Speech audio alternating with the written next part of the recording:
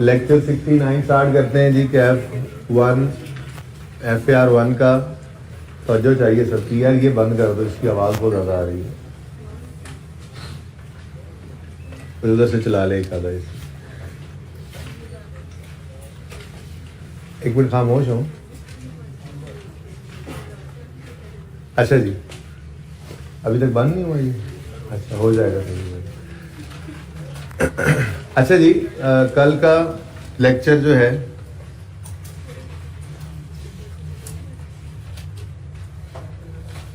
उसमें होमवर्क के अंदर कल हमने क्लास में कौन सा क्वेश्चन किया था जी? उसके अलावा डिस्कस भी किया था XYZ, ऐसा ही है? अच्छा, तो और बैड आउटपुट डेट की डिस्कशन की थी मैंने। इस हैंडआउट के अंदर ना आपको अटैच कर दिया था वो जो डाटा हमारा था ना, मिल जाने चाहिए थे भाई। हैंडआउट्स में टाइम पे भेजा करें विकास, मैं जिस वक्त रात को भेजूं रात को फॉरवर्ड कर दे, ठीक है ना? ये एक पेज मैंने ऐड कर दिया था आपके हैंडआउट्स में ही, तो आपको रिसीव हो गया होगा। इसके अंदर वही डाटा है जो आपको मैंने कल क्लास के अंदर लिखवाया था, तो ये इसी लेक्चर नोट के साथ अटैच कर दिया, ठीक है ना? वही डाटा है सेम, ये हैंड रिटन पेज है, इसको जो है वो अटैच कर दिया था मैंने इसके साथ ही, ठीक है ना? अच्छा, कल के लेक्चर नोट्स में मैंने होमवर्क के अंदर एक तो XYZ लिमिटेड आपको कहा था कि आप ट्राई कर लेंगे। कितने बच्चों ने ट्राई किया XYZ को? हो गया था? वो आसान सवाल था, उसमें कोई खास ऐसी उसमें जान नहीं थी सवाल के अंदर इतनी ज़्यादा, ठीक है? फिर भी जिन बच्चों ने बुक्स ले ली हैं वो सोल्यूशन को देख लीजिएगा, जिन्होंने नहीं ली वो लेकर देख लीजिएगा या साथ वालों से जी मैच कर लीजिएगा, ठीक है? अब मैं उस पर टाइम ज़ाया नहीं कर रहा। क्वेश्चन बैंक का एक क्वेश्चन था, हॉट सॉस लिमिटेड। इसके अंदर कितने बच्चों ने ये ट्राई किया? कितने बच्चों ने ये हैंडआउट के अंदर नहीं किया? चलें कोई बात नहीं, ये फिर आज पे यही रख लें, आज भी इसी को होमवर्क में रख लें। क्वेश्चन बैंक का क्वेश्चन ज़रा ओपन करें अपनी बुक्स जिन्होंने ली हैं, कैश फ्लो का टॉपिक उसमें ओपन करें, कैश फ्लो का टॉपिक ओपन करें। इसमें क्वेश्चन बैंक के क्वेश्चंस कहाँ पे हैं? पास पेपर्स के बाद होंगे 596 पेज पे, 596 पेज पे आए। कौन सा क्वेश्चन है जी वहाँ पे? जी सबसे पहला नहीं, आगे बढ़े, दूसरा कौन सा है? पेज नंबर 600 पे आए। हॉट सॉस ढूंढे, कौन सा क्वेश्चन बैंक है? क्वेश्चन बैंक का नंबर 6 है, तो ये अब पेज से आप खुद देख लेना, ठीक है? ये मैंने वैसे तो कल के होमवर्क में डाला था, कर लेना चाहिए था आपको, लेकिन अब आज लाजमी कर लीजिएगा भाई साहब। हैंड आउट टाइम पे भेजा करें, बच्चे ऐसे ही ना फिर यहाँ पे बहाना बना लेते हैं, ठीक है ना?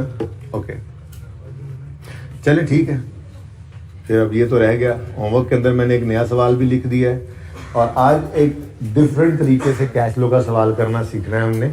क्वेश्चन आपके सामने है, 7 नंबर का क्वेश्चन है, प्रिपेयर कैश फ्लो स्टेटमेंट कह रहा है जी वो, ठीक है? क्वेश्चन आपके सामने है, देख लें, यही क्वेश्चन है बस। ये क्वेश्चन नंबर 8 सबको नजर आ रहा है? कैमरा में भी नजर आ रहा होगा जी?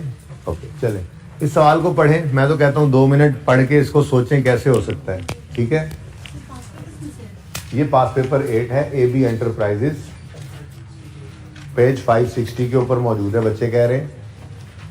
और कैश फ्लो स्टेटमेंट उन्होंने बनाने का कह दिया, तो कोई बात नहीं। मैं यहाँ पे चमक तो नहीं आ रही आमिर भाई? AB enterprises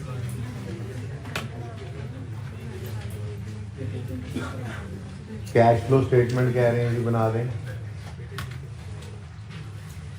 statement of cash flow नया नाम है इसका, एक बार स्टैंडर्ड में चेंज आई और चेंज करके उन्होंने कहा कैश फ्लो स्टेटमेंट भी इसका नाम कर दो, statement of cash flow.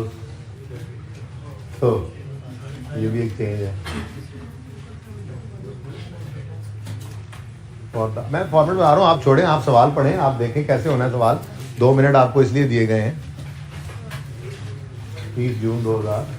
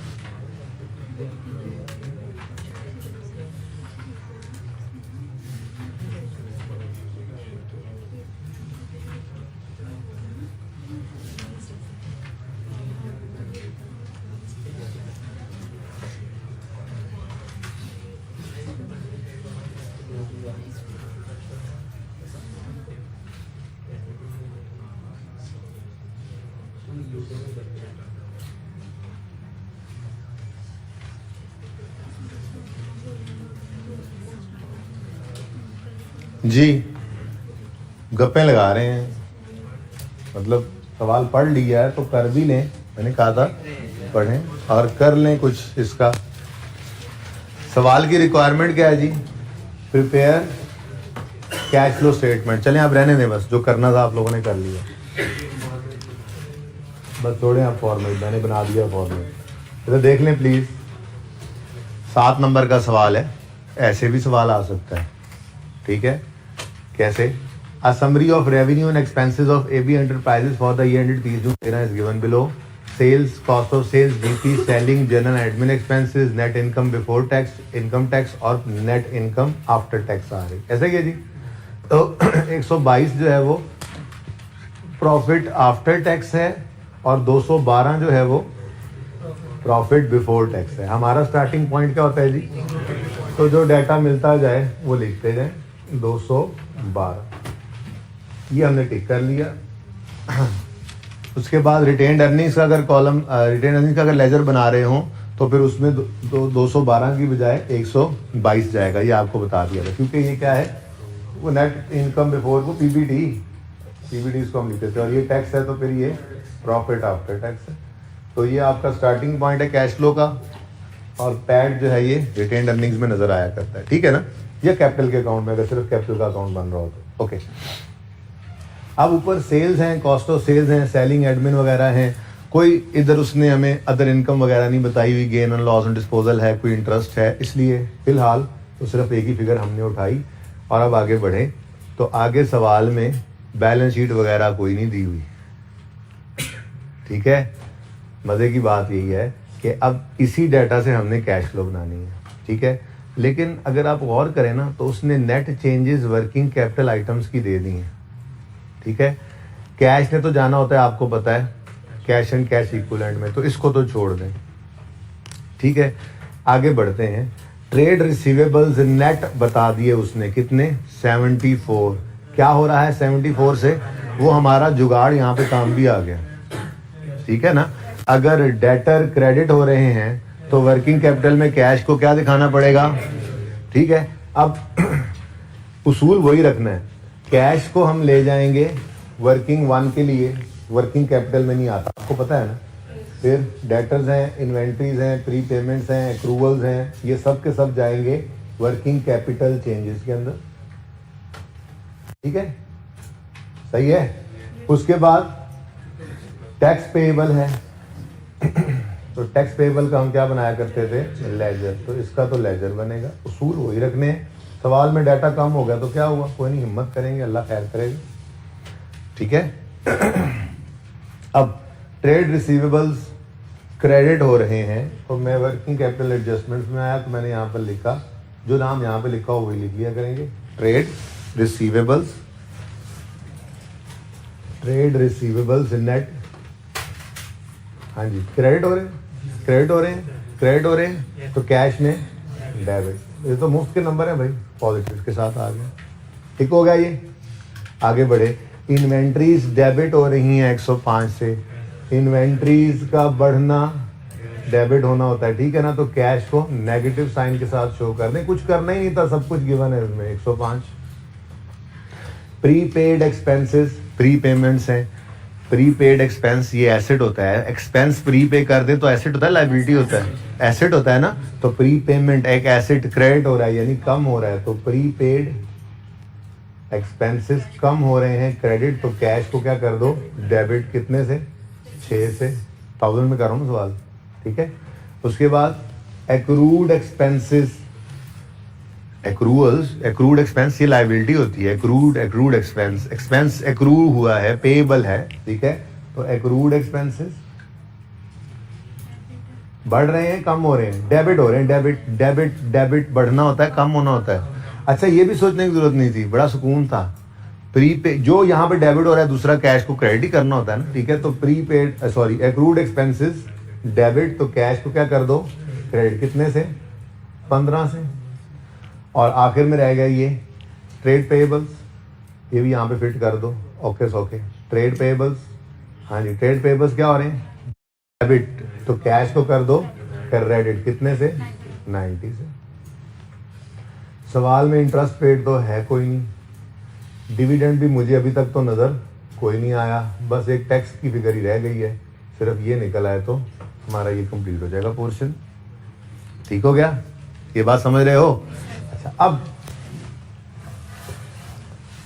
Game यहां से ऑन होती है, ठीक है, कि हमें टैक्स का लेजर बनाना है। इसको बड़े ध्यान से सबने देखना है। ये कोना नजर आएगा तुम्हें?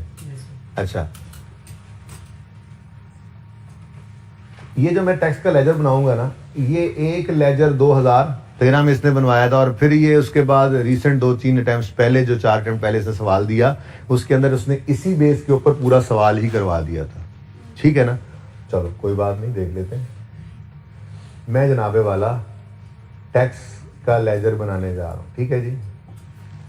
अब टैक्स पेएबल है, टैक्स क्या है जी, पेएबल है, और वो कह रहा है टैक्स पेएबल हुआ डेबिट, टैक्स पेएबल हुआ डेबिट यानी कम, कितने से कम हुआ 28 से। अब इधर देखो, एक होगा ओपनिंग पेएबल, एक होगा क्लोजिंग पेएबल। सबकी तवज्जो चाहिए मुझे। मैंने कहा जी ओपनिंग 0 था, क्लोजिंग 28 है। ऐसे ही होता है ना, बैलेंस शीट के अंदर जो ओपनिंग क्लोजिंग गिवन होते हैं, तो अगर डिफरेंस लेना हो तो ऐसे ही तो ले रहे होते हैं डिफरेंस। हम कहते हैं जी क्लोजिंग 28 है, अगर ओपनिंग 0 है तो ये क्या हो गया, लायबिलिटी। क्या है, टैक्स पेएबल एक लायबिलिटी है ना, तो हम कहते थे जी लायबिलिटी बढ़ गई, लायबिलिटी का अच्छा ये कम हो रही है, ठीक है, सॉरी जी, लायबिलिटी कम हो रही है, टैक्स पेएबल 28 से कम हुआ। जो ये डेबिट क्रेडिट नेट चेंजेस अगर बताएं तो ऐसे ही बताएंगे ना, डेबिट मतलब कम, तो इसका मतलब ओपनिंग में क्या था 28, क्लोजिंग में हो गया 0। तो हम तभी कह सकते हैं ना कि ओपनिंग से क्लोजिंग तक आते आते 28 से लायबिलिटी कम हुई, तो डेबिट, लायबिलिटी कम होना डेबिट होता है ना। तो यहां पर मैंने कहा जी ब्रॉड डाउन 28 था, कैरी डाउन 0 हो गया, अज्यूम किया मैंने, कोई तकलीफ? अच्छा आपको तकलीफ हो रही है तो आप इसको 128 कर दो, लेकिन फिर इसको 100 कर देना। समझ रहे हो? नहीं आपको, आप कहते नहीं जी हम तो इसको 1028 कहेंगे, कह लो, इसको 1000 कह देना। अब बात समझ रहे हो?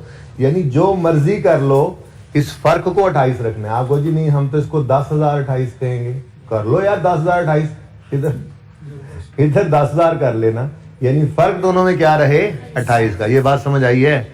ये बात समझ आई कि एक लायबिलिटी है वो 28 से कम शो करनी है, 28 से कम शो करनी है, तो जो मर्जी अज्यूम कर लो इस क्लोजिंग को, ओपनिंग 28 से ज्यादा होना चाहिए। क्या मतलब, यहां पे आपने अज्यूम किया ना इसको, अगर 0 तो ये हो जाएगा 0 जमा 28, ठीक है, यानी 28। ये समझ रहे हो बात?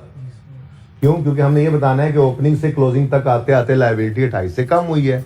आपने कहा नहीं यार इधर ना हम इसको 100 अज्यूम करेंगे, हमारा दिल करता है हम जब भी अज्यूम करें कोई चीज तो 100 अज्यूम करें, तो ठीक है 100 प्लस 28 128 कर दो, बात तो वहीं पे ही रहेगी। यहाँ पे 100 आ जाएगा, यहाँ पे 128, चेंज तो फिर भी 28 का ही रहना है। ये मेरी बात समझ आई है? ये कितने बच्चों को समझ आ गई ये बात? किसको नहीं आई ये बात समझ? अजम्पशन लिए सिंपल सी, ठीक है ना जी। यहाँ पे जो उसने लिखा हुआ था ना, इनकम टैक्स पेएबल एक लायबिलिटी है, वो डेबिट हो रही है, लायबिलिटी नहीं समझ आई बेटा? अच्छा 28 से लायबिलिटी कम शो करनी है ना, तो कुछ भी अज्यूम कर लो, कुछ भी अज्यूम कर लो, लेकिन फर्क 28 का रखना है, ठीक है। तो हम बिल्कुल नॉर्मल ज्यादा चीजें अज्यूम नहीं करते, 100 अज्यूम करें और 28 जमा करें, नहीं, हम फिर चीजों को सिंपल ही रखते होते हैं। हम फिर यही कहेंगे एक 28 था 0 हो गया, फर्क ही बताना है ना। कैश फ्लो के अंदर तो चेंज ही ले रहे होते हैं, हमें क्या ओपनिंग में क्या पड़ा होता था, बैलेंस शीट में क्लोजिंग में क्या पड़ा होता था, हम तो क्या कहते थे, बस चेंज पकड़ो, ठीक है ना। तो 28 का चेंज यहां से शो कर दिया, यहां तक कोई मसला। अच्छा, अब सवाल के अंदर गए, ये 28 का चेंज तो हमने, क्योंकि इसको हम वर्किंग कैपिटल चेंजेस में लेके जा सकते थे, इसका तो लेजर बनता है इसलिए लेजर बनाया। अब लेजर तो मजबूरन ऐसे ही बन सकता था। अब हमें एक और फिगर यहां से मिल गई इनकम टैक्स एक्सपेंस की। ये एक्सपेंस का लेजर है, ये किसका लेजर है जी, एक्सपेंस का लेजर है। एक्सपेंस के लेजर में कैश किस तरफ आता है, डेबिट साइड पे, क्योंकि एक्सपेंस डेबिट कैश क्रेडिट होता है, तो फिर टैक्स एक्सपेंस की फिगर क्रेडिट साइड पे नजर आएगी, प्रॉफिट एंड लॉस वाली। और ये फिगर सवाल में हमें गिवन है 90 रुपए, तो बैलेंसिंग कैश कितना आ गया फिर 118, ठीक हो गया जी।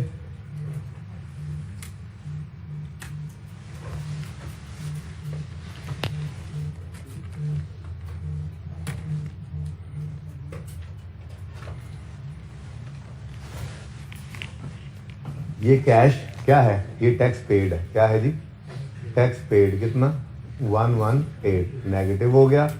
और ये वर्किंग नंबर जो भी हो गया, आप इसको वर्किंग वन ही कह लें, चलो 1 कह लें, 2 है, चलो 2 कह लें। वो कैश एंड कैश इक्विवेलेंट की वर्किंग पता नहीं करते हैं, नहीं करते, ठीक है। तो बाद में चलो आपने वर्किंग 2 कह दिया, ये लिख दिया। और टैक्स एक्सपेंस को यहाँ ऐड बैक कर देंगे, क्यों, starting point profit after tax नहीं है कि टैक्स इसमें से माइनस हो चुका हो, बल्कि प्रॉफिट बिफोर टैक्स है, इसमें से टैक्स माइनस हुआ ही नहीं हुआ, इसलिए यहां पे ऐड बैक नहीं करते, ठीक हो गया जी। सवाल हो गया खत्म फिलहाल यहां तक। और नीचे कहता है depreciation for the year amounted to 68, less हो चुकी है डेप्शन प्रॉफिट की, इस फिगर तक आते आते, तो ऐड कर दो डेप्रीसिएशन कितना 68, ठीक है जी। अब रह गया सिर्फ कैश, तो भाई कैश भी इसी तरह से ही है। वो कह रहा है जी कैश बढ़ गया है, कैश मैं यहाँ पे ना ऐसे करके वर्किंग नहीं करता, तो चलो आपने वर्किंग कहना तो इसको वर्किंग 1 कह लेना, ऐसे ही आप समझाने के लिए कह रहा हूँ। तो वो क्या कह रहे हैं जी, कैश डेबिट हुआ है, एसेट बढ़ा है, 32 से बढ़ा है, तो वही वाली बात है जी, ओपनिंग 0 करके क्लोजिंग 32 कर लो। आपको नहीं हमने तो इसको 100 करना है तो इसको 132 कर दो, 1000 करना है तो 1032 कर दो, लाख करना है तो 1,32,000 कर दो। 32 का फर्क रखना है, क्योंकि वो बता रहा है चेंजेस की फॉर्म के अंदर डाटा में दिया हुआ है कि 32 से एसेट का ओपनिंग क्लोजिंग का डिफरेंस ही होता था ना, नेट चेंज, तो ओपनिंग से क्लोजिंग तक जाते हुए डेबिट बता रहा है, मतलब बड़ा है 32 से, तो जो मर्जी अज्यूम कर लो, ठीक है, 32 का फर्क रखना है आपने, ठीक है। तो मैं अगेन वही बात करूंगा कि हम तो ज्यादा चीजें अज्यूम करने की बजाय कम से कम अज्यूम करने की तरफ जाते हैं, ठीक है ना, कि पहले 100 अज्यूम करें और फिर 100 में 32 जमा करें। क्यों भाई, सिंपल रखो, 0 था 32 हो गया, फर्क तो 32 ही रखना है, ठीक है। तो ओपनिंग कैश कितना है, और कुछ है नहीं, कैश ओपनिंग कितना है 0, ठीक है जी, बस। अभी क्लोजिंग तो हम बैलेंसिंग निकाला करते हैं ना, ठीक है। अब सवाल के अंदर सब डाटा हमने उठा लिया हुआ है, ठीक है, ये डेप्रीसिएशन की भी 68 की हमने एडजस्टमेंट कर ली, ठीक है। अब जरा चलो कैलकुलेटर उठाओ, 212 में ये ऐड करो, चीजें लेस करो और आंसर बताओ। 32 ही आ गया, चलो ऐसा ही पता लग गया। अच्छा, उसके बाद कोई इन्वेस्टिंग एक्टिविटी सवाल में नहीं है, कोई फाइनेंसिंग एक्टिविटी नहीं है, ठीक है। तो यहां पर 0 और 0, तो ABC का टोटल आ गया 32 पॉजिटिव, ठीक है। इसमें आपने 0 ऐड किया तो आंसर आ गया 32 ही पॉजिटिव, ठीक है। तो कैश फ्लो तुम्हारी सही बन गई है, लेकिन बताना ये मकसूद था कि भाई इससे परेशान नहीं होना कभी, कोई डाटा ही नहीं है पूरा, ये हो गया वो हो गया, जो हो सकता था वो कर दिया। ये फाइटर्स की निशानी होती है ना, फाइटर्स की, बैठे हो कुछ मुंह उठा के, यार बैलेंस शीट ही नहीं है, यार अब क्या होगा, इन्वेस्टिंग एक्टिविटी में कुछ आ ही नहीं रहा। यार तुम्हें क्या लगे, कुछ नहीं है, जो गिवन है उससे सवाल करो, अल्लाह खैर सलाह, जो डाटा अवेलेबल है उससे सवाल कर डालो, जो आपको पता लग रहा है वो कर दो। जो चीजें आ रही सीधे सीधे नंबर थे, ये 7 नंबर का सवाल था तो कुछ नहीं था, लेकिन मैंने फॉर्मेट फिर भी पूरा बना दिया आपके लिए, ठीक है जी, सही है। लेकिन ये जो आपने किया है ना, 28 से 0 पे आए या 0 से 32 पे गए, ये इस सवाल की सबसे इंपॉर्टेंट बात थी, वरना इस सवाल में कोई जान नहीं थी। ये सवाल तो हो ही जाना था। ये सवाल को नोट करना है तो कर लें, लेकिन आप एक ड्रम नाम का सवाल होगा उस पे जंप करें जी। ड्रम लिमिटेड जूनियर अकाउंटेंट 14 ही है, जरा देखें, मेरे पास अब पुरानी बुक है इस वक्त।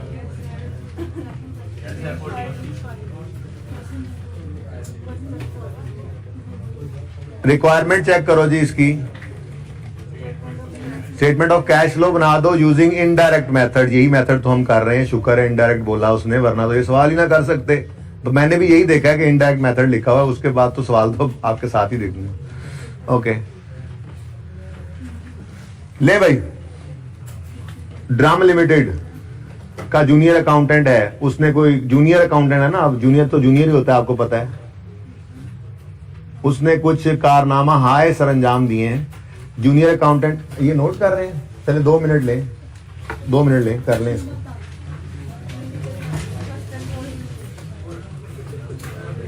Question 14 drum limited.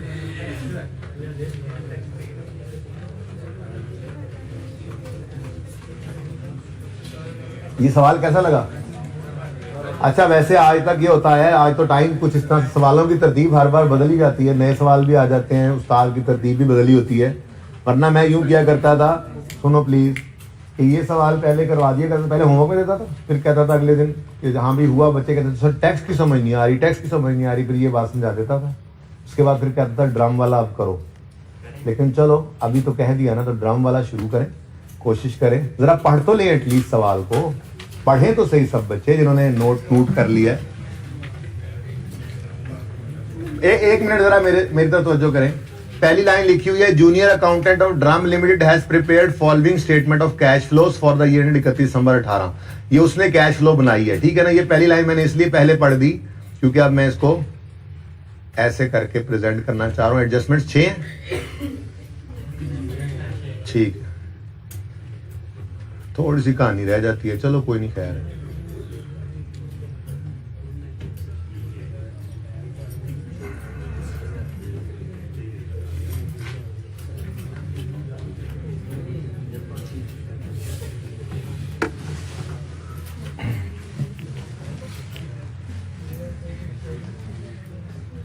सवाल पढ़ें और तब तक मैं फॉर्मेट बना लूं। वो सवाल पढ़ने दें बच्चों को।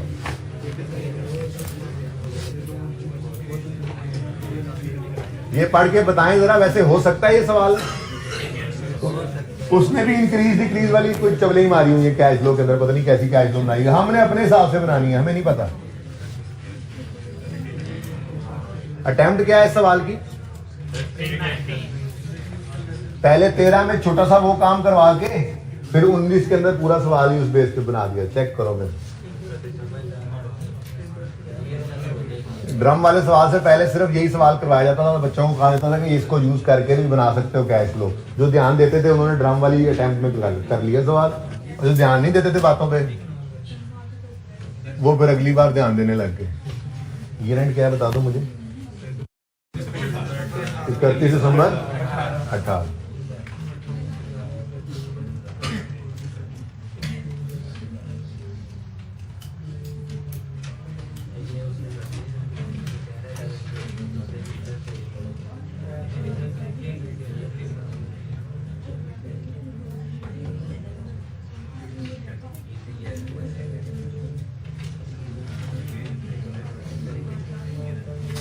बुक दिखाना, मैं सोल्यूशन देख लूं कितनी लाइनें जोड़नी है, ऐसे ना हो।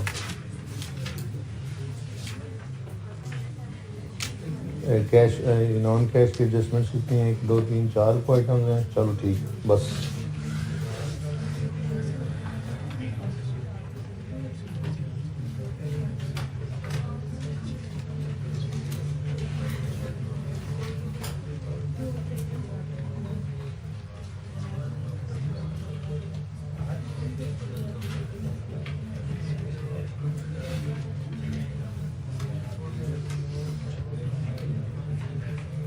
जी पढ़ लिया सवाल कि पढ़ रहे हैं अभी? पढ़ लिया सर।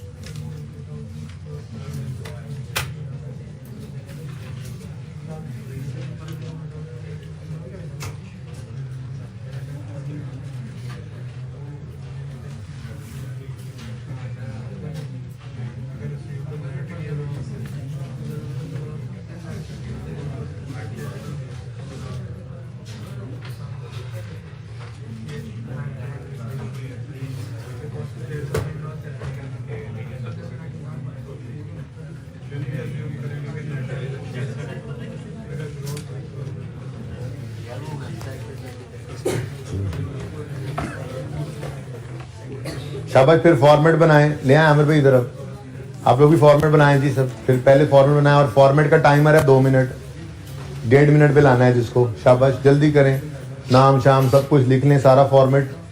इनडायरेक्ट मेथड लिखा हुआ है ना, हमारा ही फॉर्मेट, हमारा ही मेथड चल रहा है, तो फॉर्मेट बनाना आता है आपको।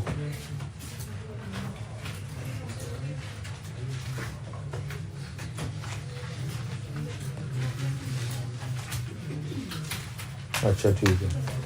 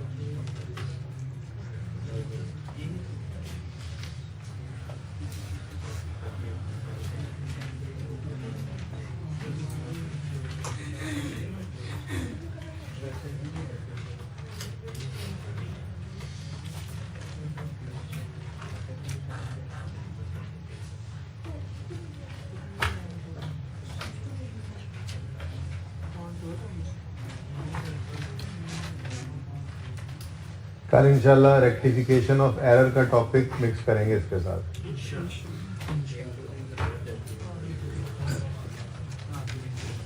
पता नहीं क्या है।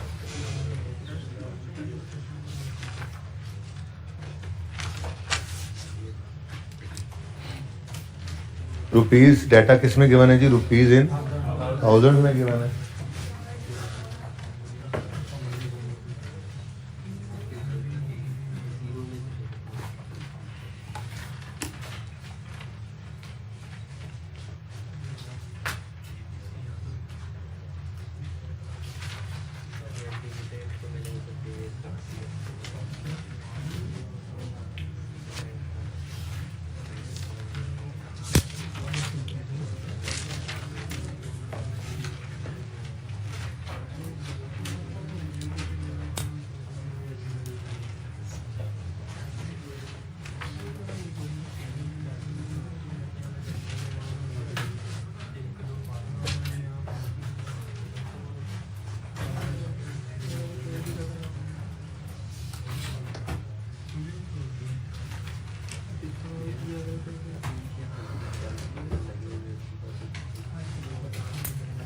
बन गया फॉर्मेट?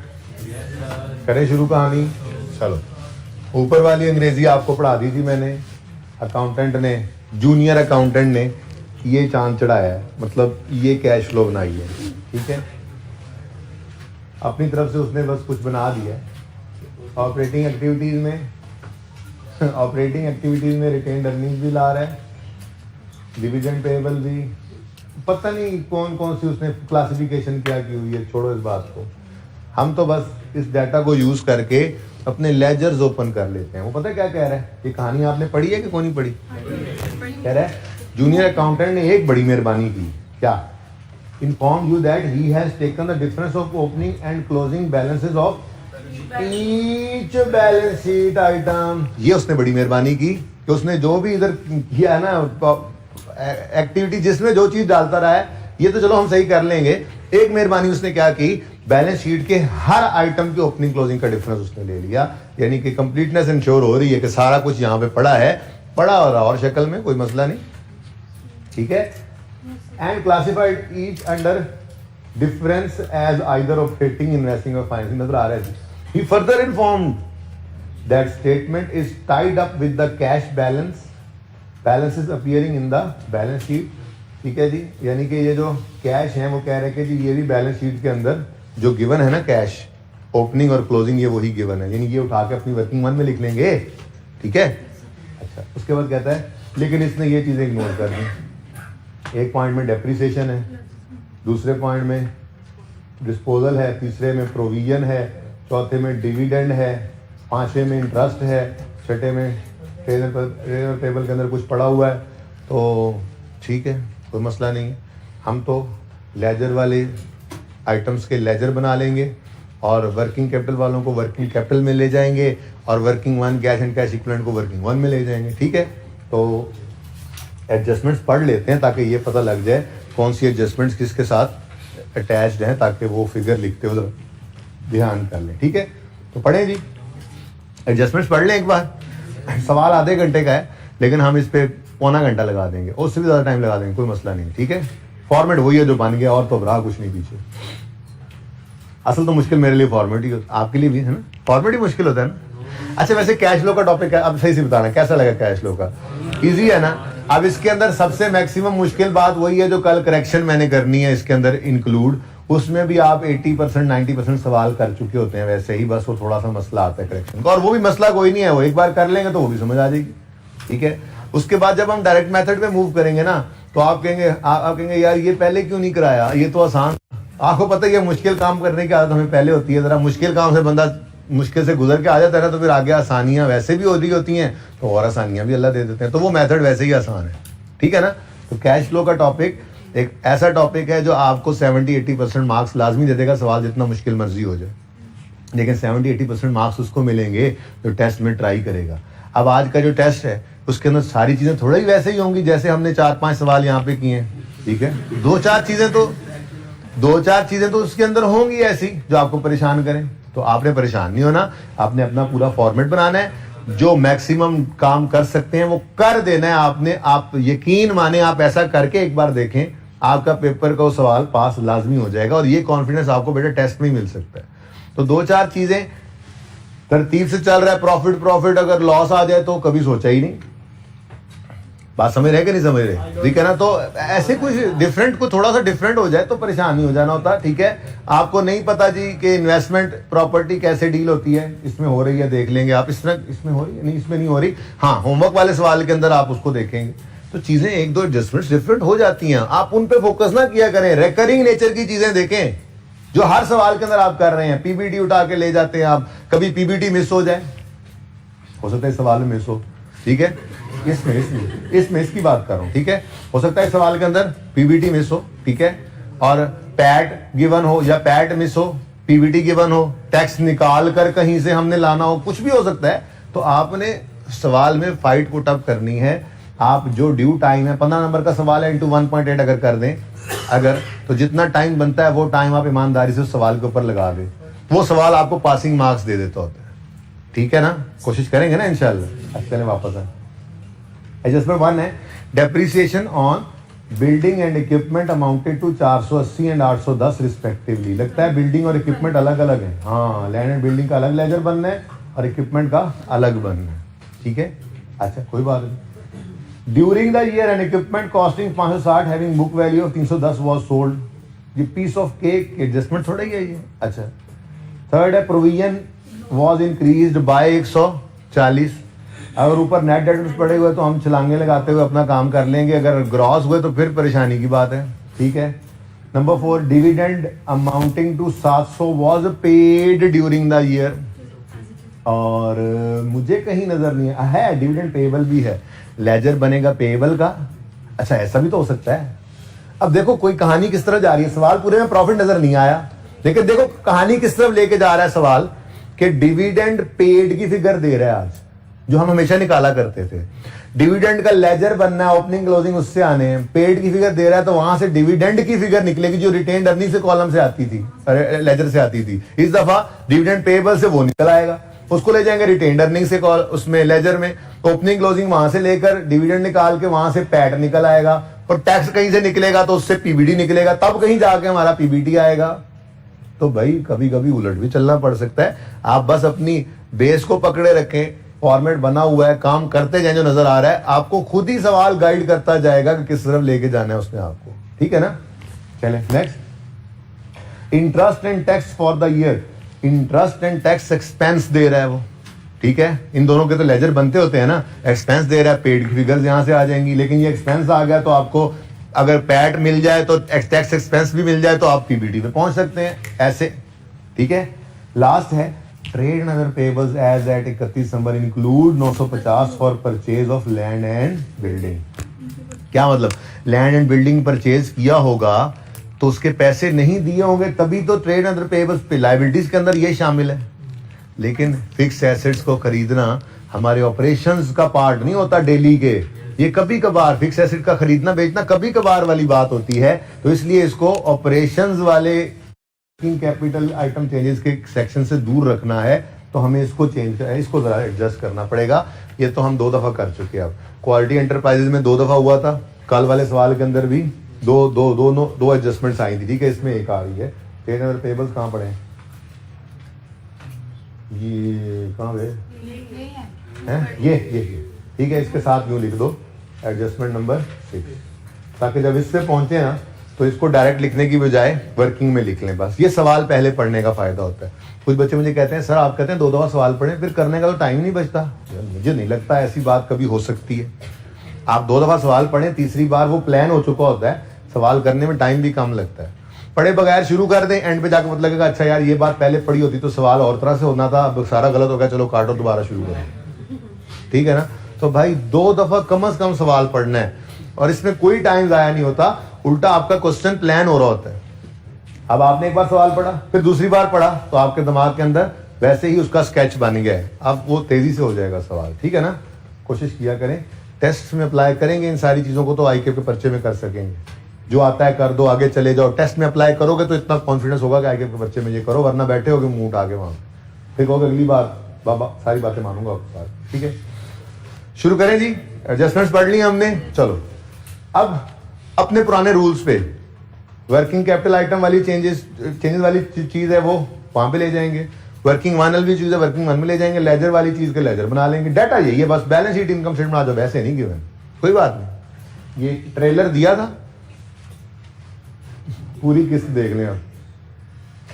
हमें नहीं पता उसमें जो हेडिंग्स को दफा करो, दूर करो उनको, ठीक है ना। हमने बस ये पकड़नी चीजें कौन कौन सी गिवन है। रिटेन्ड अर्निंग्स लेजर बना करता था, तो हम लेजर बना लेंगे। वो कह रहा है रिटेन्ड अर्निंग्स में इंक्रीज है, पहले लेजर तो बना ले। Number 2 retained earnings. अच्छा जी, अब रिटेन्ड अर्निंग्स बड़ा ही इंपॉर्टेंट लेजर है आज, वैसे मुझे अंदाजा हो गया इस सवाल को पढ़े, क्योंकि कहीं पे प्रॉफिट नहीं गिवन, यहीं से निकलना है, ठीक है। अच्छा तो देखो, अब रिटेन्ड अर्निंग्स की नेचर क्या है, क्रेडिट, तो उसमें इंक्रीज आ रहा है, यानी opening increase in retained earnings, मतलब रिटेन्ड अर्निंग्स बढ़ रही हैं। अब बढ़ने का मतलब क्या है कि बैलेंस शीट जो अगर गिवन होती, जो जूनियर अकाउंटेंट के सामने थी ना, उसमें रिटेन्ड अर्निंग्स में इंक्रीज आया, उसने डेबिट क्रेडिट की परेशानी में भी आपको नहीं डाला। वो क्या कह रहे हैं, इंक्रीज आया है कितना, 1360, यानी ओपनिंग 0 अज्यूम करो, क्लोजिंग 1360 लिखो, तो इसका मतलब क्या है, इंक्रीज बाय 1360। क्यों इधर 100 अज्यूम करें, 1000 अज्यूम करें और फिर उसको ऐड करें, 0 अज्यूम करो। ऐसे ही किया ना टैक्स का लेजर, ठीक है।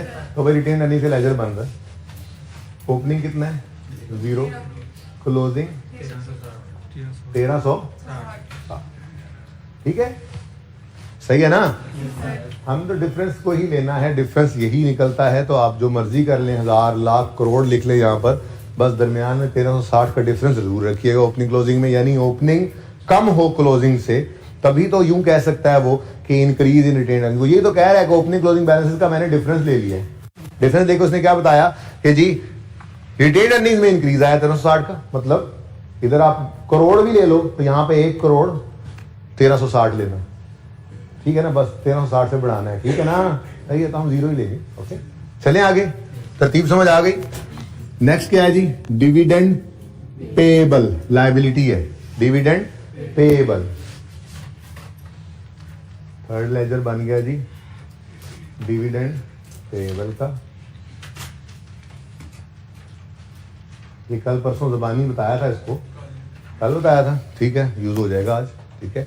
अब इसमें भी क्या आ रहा है, इंक्रीज, ओपनिंग से क्लोजिंग की तरफ जाते हुए डिविडेंड पेएबल में 200 का इंक्रीज है, तो ओपनिंग 0, क्लोजिंग 200। यहाँ पे बैलेंस शीट बनाने की जरूरत नहीं है ना, इस तरह से समझ आ रही है सबको? कोई कंफ्यूज है तो अभी बता दें, आगे बढ़े फिर। ट्रेड रिसीवेबल्स, और वो भी नेट हैं, तो इधर आओ। अच्छा कहो सॉरी भाई, आपको हम इस मेथड में फिर इग्नोर ही किया करेंगे, हम जान छुड़ाएंगे, मुसीबत में खुद को डालने की जरूरत नहीं है कि ग्रॉस करके पहले और फिर दो काम करें, कोई जरूरत नहीं है। नेट गिवन है, नेट से काम करो, ठीक है। तो ये एडजस्टमेंट तो उड़ गई, लेकिन ट्रेड रिसीवेबल ने आना कहाँ होता है? लेजर में, वर्किंग वन में। अच्छा, वर्किंग कैपिटल आइटम में, तो फिर तो काम आसान हो गया, ठीक है जी। ये तो वैसे ही आसान काम है। डेटर्स बढ़ रहे हैं या कम हो रहे हैं? माइनस, कम हो रहे हैं, ठीक है। तो डेटर्स, ट्रेड रिसीवेबल्स ही लिखो, ट्रेड रिसीवेबल्स कम हो रहे हैं यानी क्रेडिट हो रहे हैं, तो दूसरा इम्पैक्ट कैश को कर दो डेबिट। कितने से?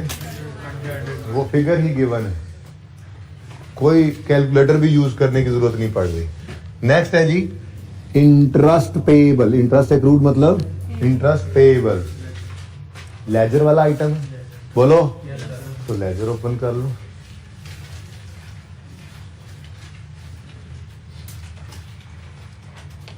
इंटरेस्ट एक्सपेंस का लेजर ओपन करो, और पेएबल है जी, और वो कह रहा है जी कुछ ओपनिंग क्लोजिंग हमने लिखना है। वो क्या कह रहा है जी? इंटरेस्ट पेएबल में इंक्रीज आया है, यानी 50 से बड़ा है, यानी स्टार्ट में 0 होगा तो 50 पे पहुंच गया ना, ठीक है। तो ओपनिंग 0, क्लोजिंग 50। मैं तो कहता हूँ जरा देख लो एक बार सारे लेजर्स ओपन होते हुए, फिर 1-2 मिनट लेके खुद से ही कर लेना, जरा इजी हो जाएगा काम। साथ साथ क्या नोट करने पे लगे हुए हो। ये चारों आइटम्स हो गए जी। उसके बाद है जी लैंड एंड बिल्डिंग।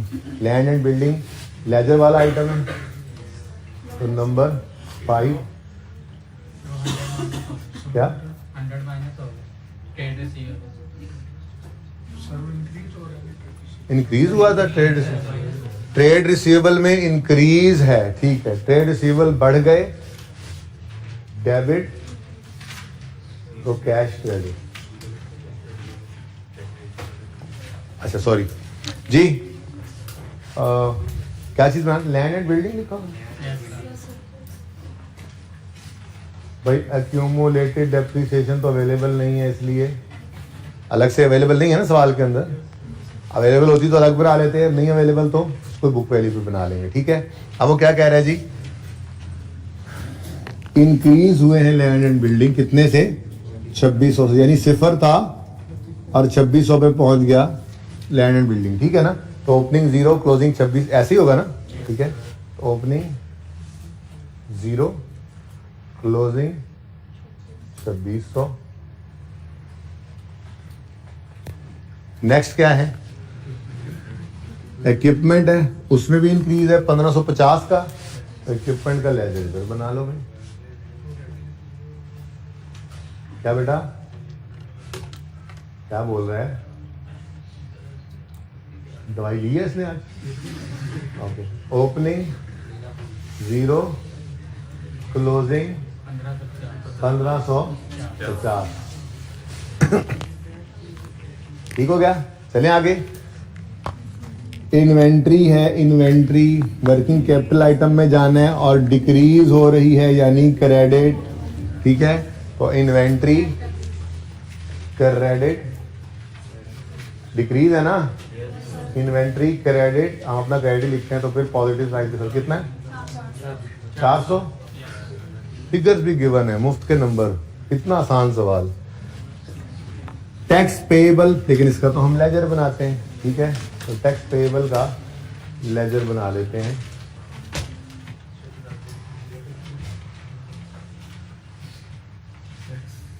एक्सपेंस लिख लिया करते हैं अपनी आसानी के लिए, और उसी में फिर पेएबल भी लिख लेते होते हैं, ठीक है ना। तो एक्सपेंस का लेजर, एक्सपेंस लिख लिया ऊपर, लेकिन ये लायबिलिटी ही इसके, इसी के अंदर ही लायबिलिटी भी आएगी। तो पेएबल है ओपनिंग और क्लोजिंग में भी, ठीक है जी। अब देखते हैं वो क्या क्या रहा है। टैक्स पेएबल में डिक्रीज आया है 60 का, यानी यूं कह लूं मैं 60 था 0 हो गया, तभी तो 60 का डिक्रीज आया ओपनिंग क्लोजिंग का जो उसने डिफरेंस लिया है, ठीक है, सही है। यानी ये एडजस्टमेंट बिल्कुल ऐसी ही थी, खैर से बिल्कुल ऐसी ही थी, 28 से 0 और ये 60 से 0। न्याय का भूला नहीं था कि हमने इस अटेम्प्ट में ऐसे किया था। हाँ जी बोलो, ये क्या है जी? ओपनिंग क्या है? 60, क्लोजिंग 0। ठीक है, next share capital and premium इकट्ठा दे दिया उसने तो अच्छी बात है यार, हम भी इकट्ठा कर देंगे। अलग अलग भी रखे तो दोनों से कैश ही निकलता है ना, इकट्ठा कर दो बस। ठीक है, शेयर कैपिटल एंड, मैं भी सोच रहा था शेयर कैपिटल कोई नहीं है उसको यार, कैसे बिजनेस चल सकता है, आ गया वो रिटेन अर्निंग्स अलग से कर दी थी ना उसने। तो शेयर कैपिटल एंड प्रीमियम जी, क्या हुआ है इसमें? इंक्रीज आया है, 2350 से बढ़ा है, यानी कि ओपनिंग में 0 था और क्लोजिंग में 2300। ये लिख लें अगर वर्किंग के अंदर आसानी लगती है इससे तो, ठीक है ना जी। तो ओपनिंग बस नेचर का ध्यान रखना है लायबिलिटी एसेट की, ठीक है, डेबिट क्रेडिट नेचर को ध्यान में रखते हुए लिखते जाओ जी। ओपनिंग कितना है? 0 और क्लोजिंग 2350। नेक्स्ट है, कुछ वजह भी साथ लगे हुए नोट करने में। नेक्स्ट है decrease in long term loan. Long term loan का तो लेजर बनता है,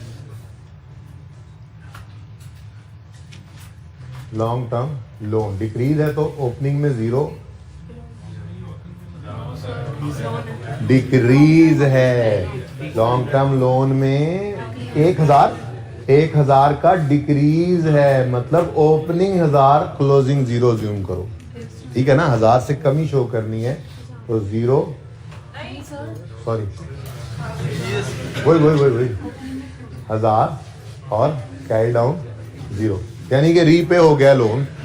अच्छा देखो, कैश फ्लो का सवाल है ना, आप यहाँ पे 1 लाख अज्यूम कर लो, यहाँ पे 1000 कम करके अज्यूम करोगे तो फिर 1000 रुपये बैलेंसिंग इस तरफ आएगा ना, यानी यही कैश पेड ही तो निकालना है हमने कि 1000 रुपये पे हुआ, ठीक है ना, इसलिए काम चल रहा है इस तरह। ओके जी, उसके बाद है ट्रेड पेएबल्स। जाना तो इन्होंने वर्किंग कैपिटल में है, लेकिन चूंकि एडजस्टमेंट 6 इनको हिट कर रही है तो इसलिए हम ट्रेड एंड अदर पेएबल्स को यहाँ पर ले आएंगे, एज पर क्वेश्चन लिखेंगे, क्लोजिंग भी और ओपनिंग भी। अब यहाँ पर लिखना पड़ेगा, क्या कह रहे हैं जी?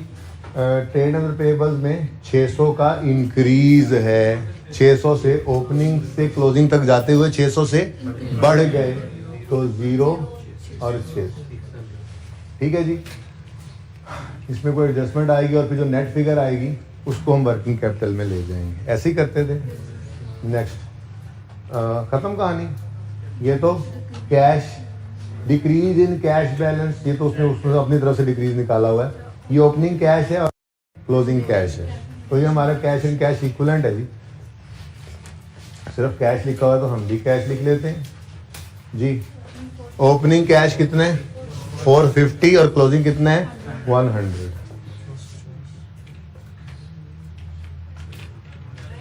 उलट लिख जाऊँ? अच्छा, ओपनिंग 450 और क्लोजिंग 100, ठीक है जी।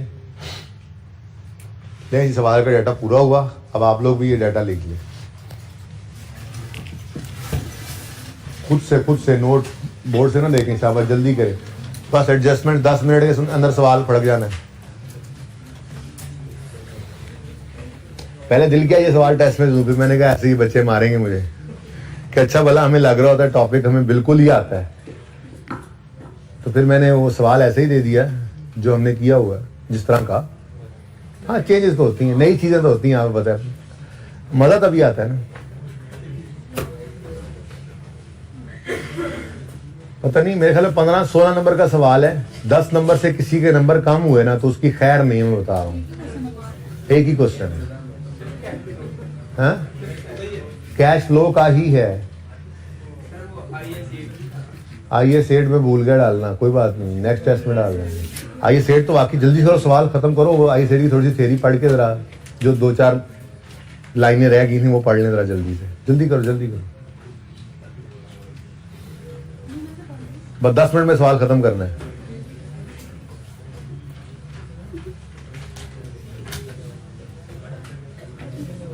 आपने सवाल के एडजस्टमेंट तो पढ़ लिए, उनमें जान कोई नहीं है, सिर्फ सवाल की किस्म इस किस्म की थी कि वो सवाल बन गया, वरना तो जान को नहीं सवाल में। अच्छा, जैसा मर्जी सवाल देख रहे हो आप, आधे से ज्यादा सही हो रहे हैं वो। बस ये खुशी की बात है, टेस्ट में भी ऐसे ही हो। 10 से किसी के नंबर कम हुए ना, 16 का बोला तो है, 8 वाला पास होगा, लेकिन 10 से नीचे वाले की खैर नहीं है, कुड़ियां होन या मुंडे होन। करार वाकई सजा दी जाएगी। समझे आई कैप का पर्चा है बस, अगर इसमें 10 से ऊपर नंबर आ गए तो समझे पास है इंशाअल्लाह। ऐसे जोर लगाना है आपने, दिल लगा के। देखते जाएं हम, मैं देखता जाऊंगा आप करते क्या हैं। अच्छा, पता लगे टेस्ट ही दे।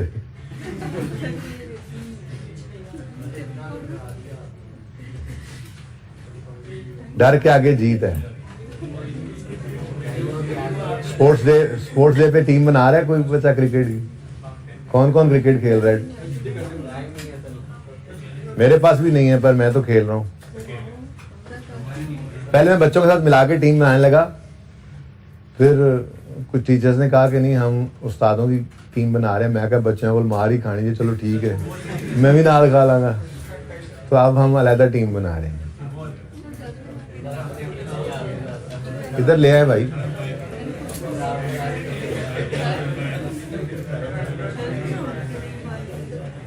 क्लासेस तो होंगी ना? पता नहीं, पूछ लें।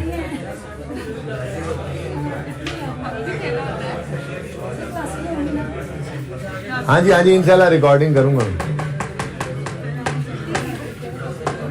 प्लीज बस कर दें, आप लोगों का टाइम नहीं था क्रिकेट खेलने का, जबान चलाने का है। इधर आ जाइए जी, ये कहानी मैंने बता दी थी। Adjustments please. Depreciation on building 480 है और डेप्शन ऑन इक्विपमेंट 810 है। डेप्रीसिएशन कितनी है जी? बिल्डिंग 480 और इक्विपमेंट की 810। अच्छा, अब एक बात आपको तकलीफ देगी। क्या हुआ? क्या कह रहा है? दवाई नहीं ली इसने आज, मुझे लग रहा है। कौन था हैं यार? देखो, मैंने तुम्हें कहा भी जीगर ध्यान रखा करो इन सारे पठानों का। ये दवाई सिवाई जिससे दवाई लेनी थी क्यों नहीं लेके आया वो? अजीबो गरीब। अब अच्छा सुने जी, सुने प्लीज। एक तकलीफ आपको हो सकती है अब, ठीक है? वो ये कि लैंड एंड बिल्डिंग के लेजर में डेप्रिसिएशन है। भाई बिल्डिंग भी तो पड़ी है ना। अब लैंड डेप्रिशिएट नहीं हुआ, कौन सा डेप्रिसिएशन आपने निकाली है कि आपको कह रहे हो कि जी मैंने इस फिगर के ऊपर डेप्रिसिएशन लैंड की भी कैलकुलेट कर ली होगी?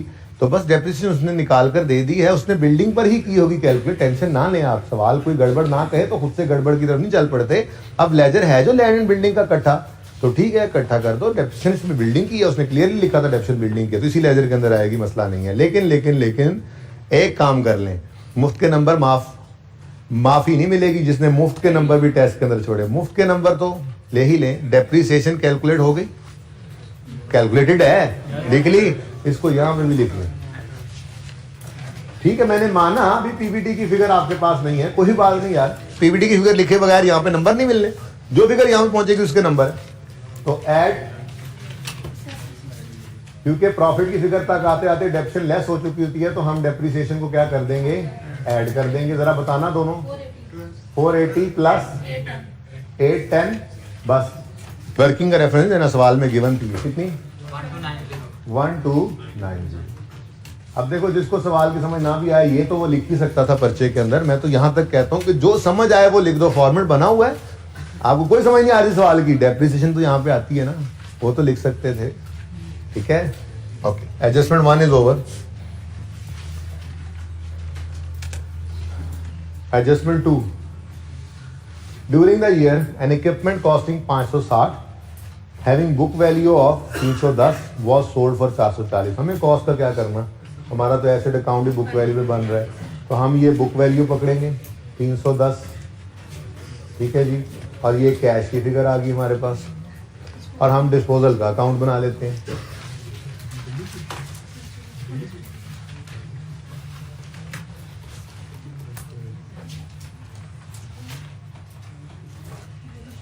डिस्पोजल है इक्विपमेंट का। अब इक्विपमेंट का अकाउंट बुक वैल्यू पे है, तो यहाँ पे डिस्पोजल की भी बुक वैल्यू ही निकालोगे, और वो बुक वैल्यू सवाल के अंदर गिवन है 310। क्रेडिट करो इक्विपमेंट अकाउंट से, डेबिट कर दो डिस्पोजल के अकाउंट में। एक्यूमुलेटेड एक्शन तो सवाल ही पैदा नहीं होता, फिर जरूरत ही नहीं है। ठीक है, और कितने का बेचा? 440। तो कैश डेबिट डिस्पोजल क्रेडिट 400। 310 वाली चीज 440 की बिक गई, तो गेन आया 130। Profit and disposal debit profit and loss credit, तो गेन आ गया 130 का। अब मैं तो कहता हूँ सवाल ये खत्म हो गया, ये सवाल कह रहा हूँ, ये अकाउंट कंप्लीट हो गया है, तो ये वाले नंबर भी ले ही ले साथ के साथ। जो लेजर कंप्लीट हो जाए ना, उसके नंबर वहीं पे ले लो, एंड तक वेट ना करो। ये कंप्लीट हो गया ना, तो इसको ले जाओ, जो कुछ इसका लेके जाना है जहाँ जहाँ, ठीक है ना। बाकी लेजर्स को छोड़े हुए हैं हमने, कोई मसला नहीं है। तो ये गेन एडजस्टमेंट्स में हम रिवर्स करेंगे। अगर एक्सपेंस है तो आते आते लेस हो चुका है, ऐड कर देंगे। अगर इनकम है तो आते आते ऐड हो चुकी है, प्रॉफिट तक लेस कर देंगे, यानी कि रिवर्स करना है हमने इसको। और कैश को इन्वेस्टिंग एक्टिविटीज में लेंगे, तो गेन है, प्रॉफिट की फिगर तक आते आते ऐड हो चुका है, तो लेस कर देंगे। Gain on disposal of equipment working number 11 कितना? 130 माइनस हो गया। और इन्वेस्टिंग एक्टिविटीज में आके आपने लिखा सेल प्रोसीड फ्रॉम, हाँ चलो एक ही बात, cell proceed from disposal of equipment, ये सवाल में गिवन था 440 इनफ्लो। ठीक है, एडजस्टमेंट 2 इज ऑल्सो ओवर। 3 तो है भी नहीं, 3 तो है ही नहीं समझे। ठीक है, 4 ये परसों इंशाल्लाह हम डायरेक्ट मेथड शुरू करेंगे ना, तो ये 3 एडजस्टमेंट सबसे अहम बन जाया करेगी। पर परसों तो आने दो, परसों तो अभी दूर है 2 दिन। Okay, dividend amounting to 700 was paid during the year. Dividend payable का लेजर है, कैश ने इस तरफ आना होता है, आपको पता है, क्योंकि कैश की एंट्री होती है dividend payable debit cash credit, और ये डिविडेंड जो रिटेन्ड अर्निंग में से आता है उसकी एंट्री होती है retained earnings debit dividend payable credit, ऐसा ही है ना। तो कैश की फिगर उसने हमें दे दी कितनी? 700। लेकिन इसको इधर लेके जा सकते हैं आप, ये पेड की फिगर है ना, पेड की फिगर ये इधर बैलेंसिंग निकला करती थी, और फिर ये पेड की फिगर ने इधर जाना होता है, तो ये तो हम साथ के साथ इधर भी लिख सकते हैं, ये नंबर क्यों छोड़े। डिविडेंड पेड लेना है ना, यहाँ पे पेड की फिगर तो दे दी है उसने। ठीक है,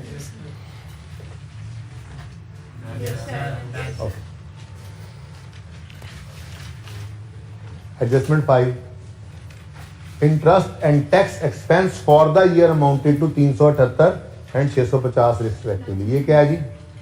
इंटरेस्ट एक्सपेंस, और ये क्या है? Tax expense. दोनों के लेजर बने हुए हैं, जाके इनको लिख दें। एक्सपेंस का लेजर है, इस तरफ तो कैश आता है, एक्सपेंस डेबिट कैश क्रेडिट, तो टैक्स एक्सपेंस ने इधर आना है। एक्सपेंस का लेजर है तो कैश डेबिट साइड पे आएगा, एक्सपेंस डेबिट कैश क्रेडिट, तो फिर इंटरेस्ट एक्सपेंस इधर आना है। ठीक है, हाँ भाई, इंटरेस्ट एक्सपेंस 378 है, टैक्स एक्सपेंस 650 है। कितना आसान सवाल, कितना जी? 378 और यहाँ पे 650। एडजस्टमेंट्स पूरी हो रही हैं अभी तक। लास्ट एडजस्टमेंट है जी, trade and other payables as at 31 दिसंबर 18, क्लोजिंग की बात हो रही है। 18 पे खड़े हैं ना हम, ठीक है। Includes 950 for purchase of land and building. अब क्या हो सकता है, अब क्या हो सकता है, मैं क्या कर सकता हूँ, मैं अब क्या कर सकता हूँ? Less payable for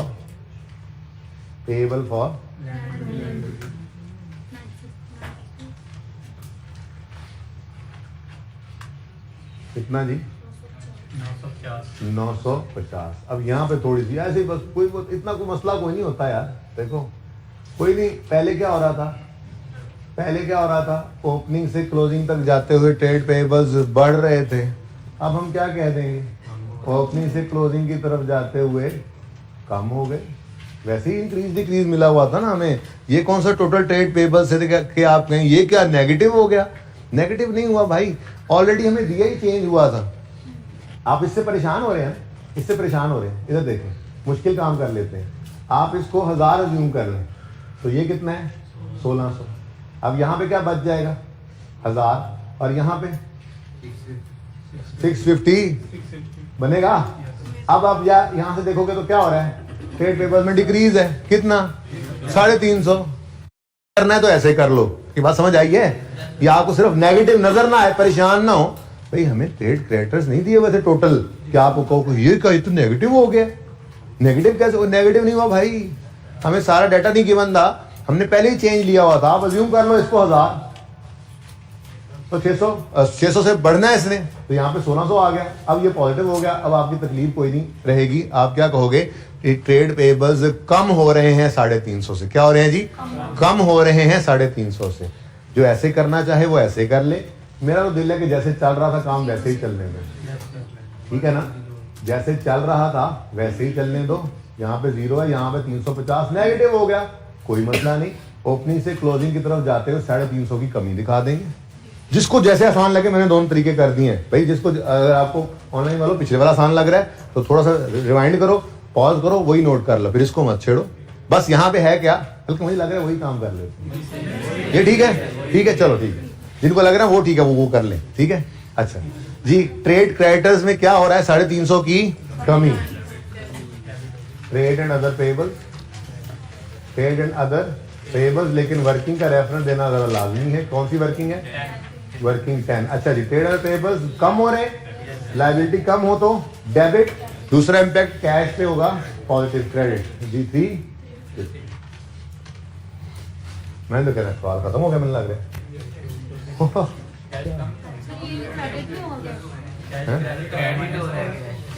liability debit, हाँ कैश क्रेडिट होना है।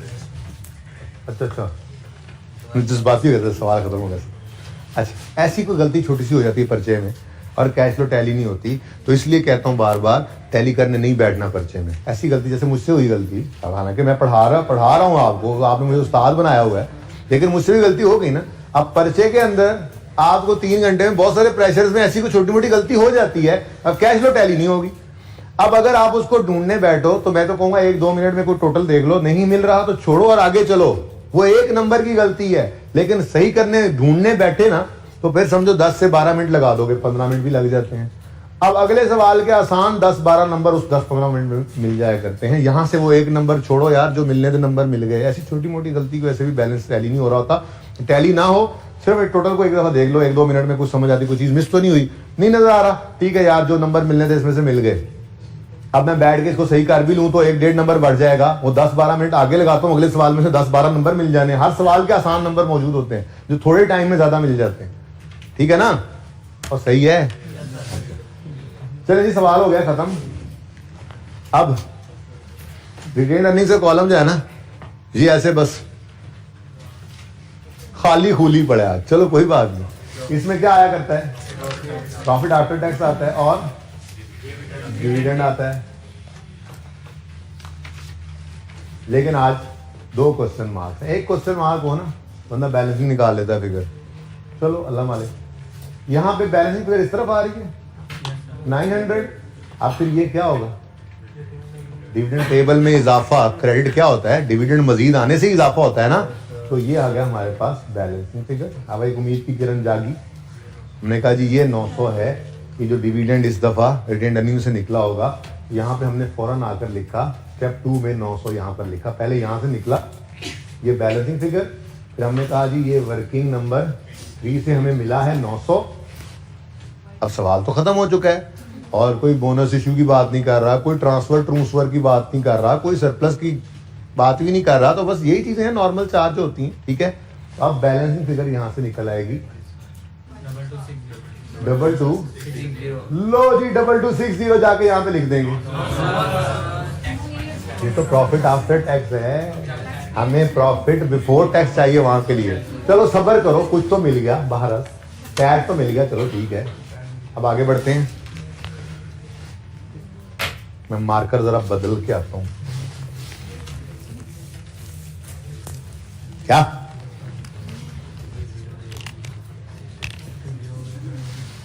ये बैलेंस हो गया? बैलेंस हो गया। इस पे आए, इसको भी बैलेंस कर दो। 320 कैश आ गया 3। ये इंटरेस्ट एक्सपेंस को रिवर्स कर दो नॉन कैश में, और इंटरेस्ट पेड को माइनस कर दो नीचे। यही सीखा था। प्रॉफिट की फिगर तक आते आते इंटरेस्ट एक्सपेंस माइनस हो चुका होगा, तो ऐड कर दो। ये सवाल में गिवन था कितना? 378, और हमने कैलकुलेट किया 328। ये 328 यहां पे माइनस कर दो वर्किंग नंबर 4। सामने नहीं आ रहा, बाल समझ तो रहे हो ना? ओके, समझदार तो आप लोग बड़े हो, पर मैनू ये तसल्ली नहीं होनी। ठीक हो गया। Next, land and building, ledger complete, data complete, सवाल कंप्लीट। तो फिर बैलेंस फिगर किस तरफ आ रही है? तो एडिशन हुआ है 3080 addition in land and building working 530। ये इनफ्लो होगा आउटफ्लो होगा? एसेट खरीदें तो पैसे पे करने पड़ते हैं भाई, एसेट खरीदने में पैसे आते नहीं हैं। ठीक है, आगे बढ़े। इक्विपमेंट सब कुछ तो लिख लिया, डिस्पोजल भी लिख लिया। बैलेंसिंग फिगर कितनी आ रही है इस तरफ? 2670। Addition in equipment working number 2670। Tax expense cash बता रहा है कितना? 710। टैक्स पेड 710 आ गया वर्किंग नंबर 7 से, और टैक्स एक्सपेंस यहाँ रिवर्स कर देंगे। क्यों? माइनस हुआ ही नहीं हुआ कि ऐड बैक करना पड़े। ठीक है, नेक्स्ट, ये लेवल पूरा हो गया। शेयर प्रीमियम और कैपिटल के अकाउंट से आसान सा सवाल था, है ना? 2 3 5 टाइम ही आया कि सवाल करा के मुझे लग रहा है ना? अच्छी चीज़ सीख ली है हमने। 2 3 50 फाइनेंसिंग एक्टिविटीज़ में आए तो fresh capital invested working number point पे कर लेते हैं, जब देखेंगे क्या रह गया। हाँ? क्या कह रहा है ना? कह रहा है 650 का ऐड ना कर लें। क्यों भाई? क्या हमारे पास जो फिगर यहाँ पे पड़ी होती है, इस तक आते आते ये टैक्स माइनस हो चुका है, तो फिर लेकिन टैक्स के अलावा सब कुछ माइनस हो चुका होता है या प्लस। ठीक है ना? जैसे इंटरेस्ट एक्सपेंस है वो माइनस हो चुका होता है, इसलिए add back. Investment income add हो चुकी थी, वो माइनस करते हैं। टैक्सेशन माइनस हो चुकी थी, वो ऐड करते हैं। ठीक है ना? Okay okay okay. Long term loan cash पे कर रहे हो, यानी लोन रीपे हो रहा है 1000 का। इतना आसान है, कैलकुलेटर की भी जरूरत नहीं है। सुभान अल्लाह। अच्छा, लिख लें वर्किंग नंबर 8 कितना था? 2 3। ये इनफ्लो है पॉजिटिव, और लोन रीपेड वर्किंग नंबर 9 में 1000 रीपेड आउटफ्लो। ठीक है, उसके बाद ये हो गया, ये हो गया, कहानी खत्म। बाकी सवाल तो खत्म हो गया, अब रहेगी बस ये फिगर। तो वर्किंग नंबर 12 कर लेते हैं इसके लिए।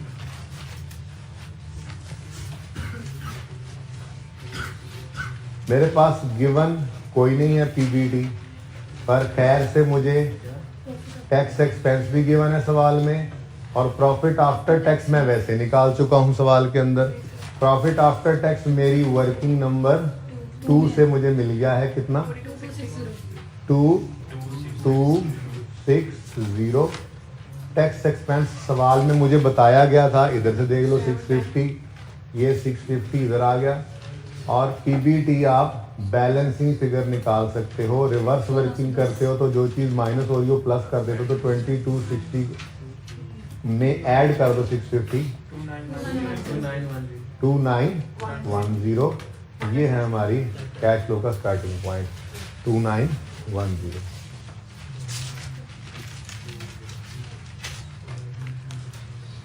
ठीक हो गया जी? चलो भाई टोटल करो अब जल्दी से, जल्दी करो जरा। आइए सेट को भी चखना है थोड़ा सा। टोटल करो, मुझे नहीं पता, टोटल करो। 2 positive, 2660 positive, 53 negative, Yes, sir. Negative, 1350 positive, ये 2660, ये -5310 प्लस 1350, 1300 ओपनिंग कैश नेगेटिव है। अच्छा 1300 नेगेटिव आ गया, लेकिन फिर भी सही नहीं है, गड़बड़ है कोई। चेक कर लें, टोटल चेक करें, टोटल यही आ रहा है।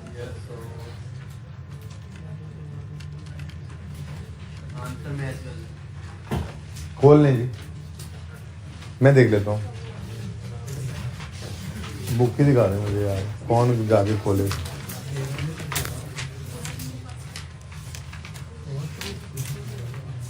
दे दो पाए ना। हाँ 1350 आ रहे हैं, ये तो सही।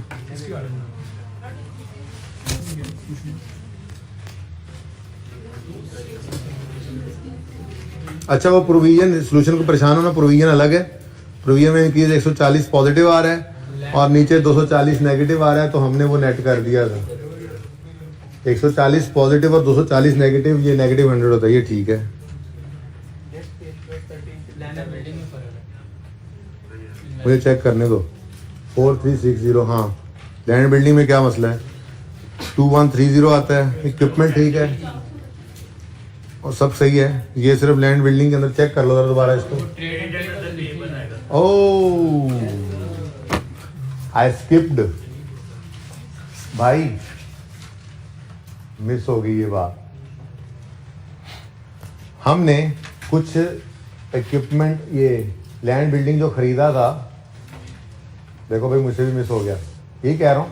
अब एंड पे आगे क्या होना है, सिर्फ एक फिगर सही होनी है, तो सारे नंबर तो मिल चुके हुए हैं, ठीक है ना।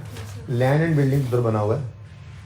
वो कह रहा था जी कुछ लैंड एंड बिल्डिंग ना हमने खरीदा है इस साल, जो कि उधार पे खरीदा है, तो इसलिए कैश तो ये नहीं आ सकता ना, सारे का सारा पैसे दे के ही ना खरीदा, कैश आउटफ्लो नहीं हुआ, ठीक है। वो कितना था? 950 से लैंड एंड बिल्डिंग डेबिट, पे for land and building credit. 950 से यहाँ पे हमने लिख दिया लैंड एंड बिल्डिंग, ये क्या है जी? Payable, payable for land and building, ठीक है जी। मिस हो गया, साथ ही कर देना चाहिए था, ठीक है। ओपनिंग कितना पेएबल था? कोई नहीं था।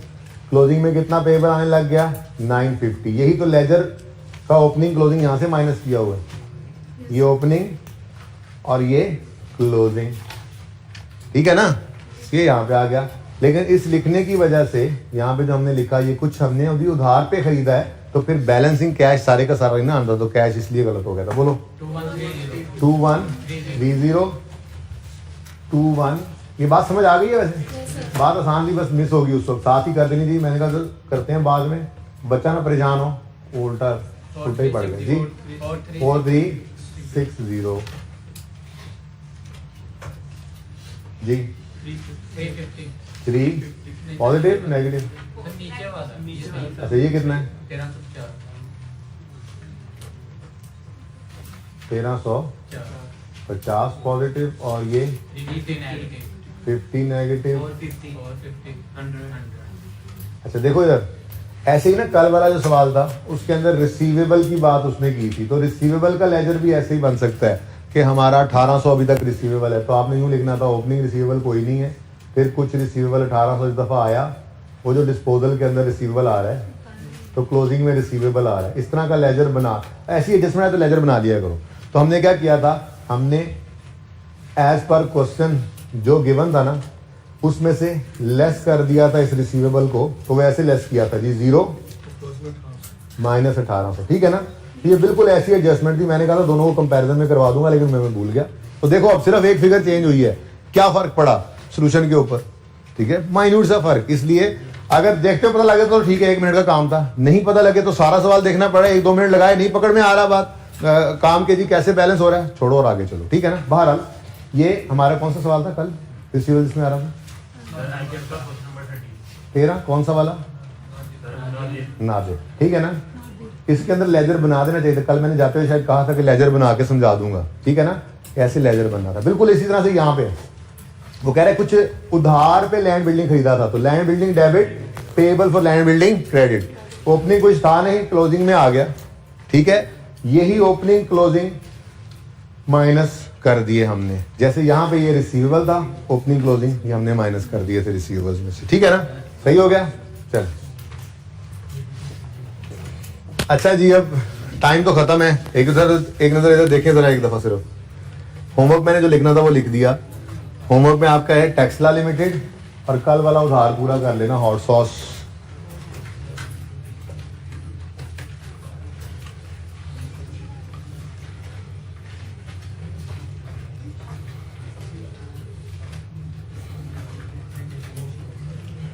भाई ये चेंज इन एस्टीमेट को पढ़ के आना है प्लीज, एक बार ये सारा पढ़ लेना है। अब कल जो है वो हो सकता है मैं फुल फ्लैज रेक्टिफिकेशन वाला सवाल ना करवाऊं, एक छोटा रेक्टिफिकेशन का सवाल करा के आपका ज़हन बना लूं और IAS 8 की तरफ चला जाऊं जो MCQs रहते हैं। बहरहाल जो चीज़ रहती है वो तो अच्छी बात है, आप रोज ही टेंशन में रहते हैं, उसको देख रहे होते हैं, पढ़ रहे होते हैं, तो थ्योरी सारी पढ़ के एक बार ट्राई करना है आपने सारे MCQs को भी IAS 8 के, ठीक है। इंशाल्लाह वो मेरे एंड पे जो पेंडिंग है वो मैं कर दूंगा उसको पूरा। फिलहाल तो आपने ये कैश फ्लो के 2 सवाल करने हैं और थ्योरी पढ़नी है, ठीक है। जिंदगी तो